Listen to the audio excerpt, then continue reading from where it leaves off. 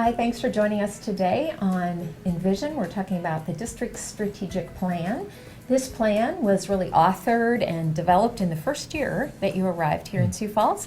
And we are coming up on 5 years of you in the district, and therefore this has been a 5-year strategic plan. Like that. Just like that. Happens overnight, doesn't it? Yeah. A lot of great things have happened throughout the development of that strategic plan, the goal setting, and then working toward those goals. What are some of the things you're most proud to highlight? Yeah.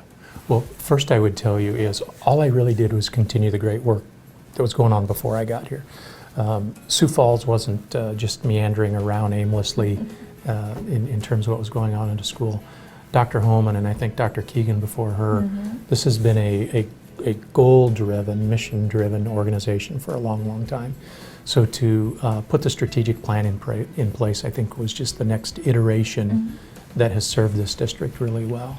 And like I said, 5 years, you get into it and you think, are we ever going to accomplish this or that?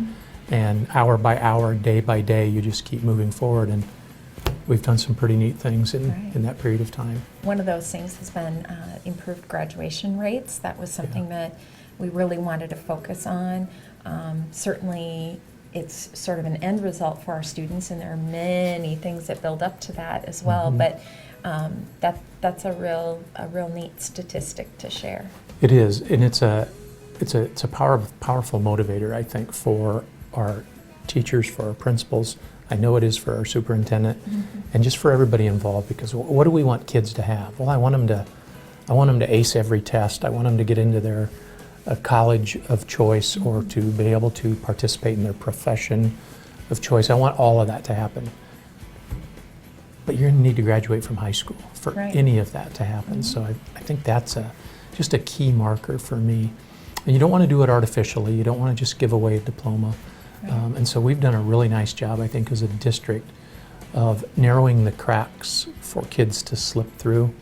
And that is a testament to all of our buildings, K through 12. Graduation rate isn't just a high school issue. And they've done a remarkable job. Our trajectory is good, and I don't think it's going to stop anytime soon. I think we're going to continue to chip away at the improved graduation rates over time. Right. So that being the end result that we're all hoping for, but there's so much more, as we said, that happens beforehand.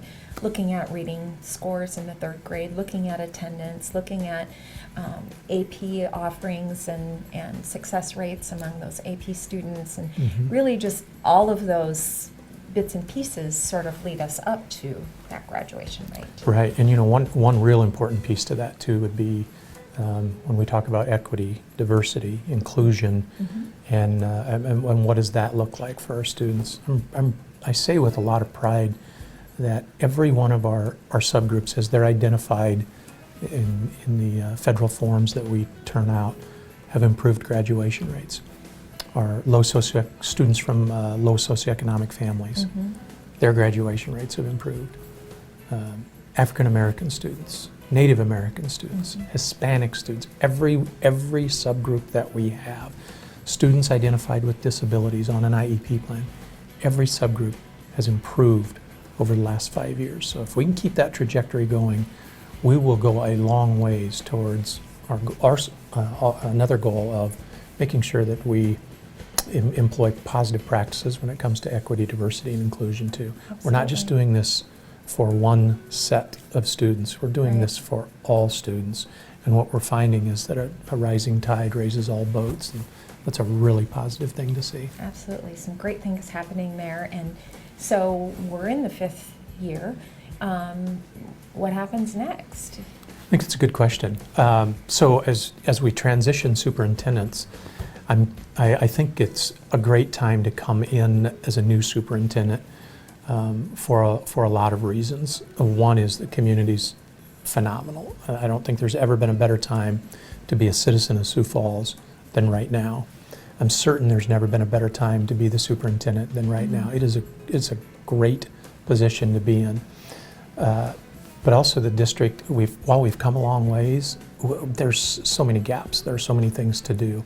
And I think the new superintendent will either refresh the current strategic plan or develop an entirely new strategic plan, I think the new superintendent can put their immediate stamp on what the future looks like for the Sioux Falls School District, and I think it would be exciting for me if I was the new superintendent. I think that the timing is perfect for somebody to come in and lead the district in a new direction, or in the direction of their choice. Right, right.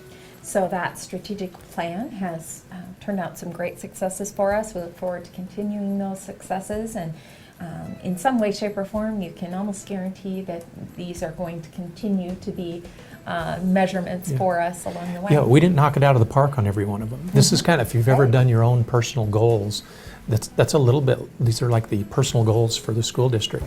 We've crushed a lot of them. I mean, we have nailed them. I say that with a sense of pride. Yeah. And then I look at some other ones and it's like, yeah, we're really pretty flat. We haven't really moved the needle like we should, maybe just a little bit. It's like, oh. Then there's others that's like, oh, do we have to talk about it? And they're so hard, but so important. So there's a lot of work yet to be done. We didn't accomplish everything. This isn't utopia yet. Right. But we're on that path. Right, So exactly. there's a lot to be done. Well, that's why we're in an education system, always striving to be better. That's right. Better today, better tomorrow than today. Exactly. Thanks for joining us today on Envision.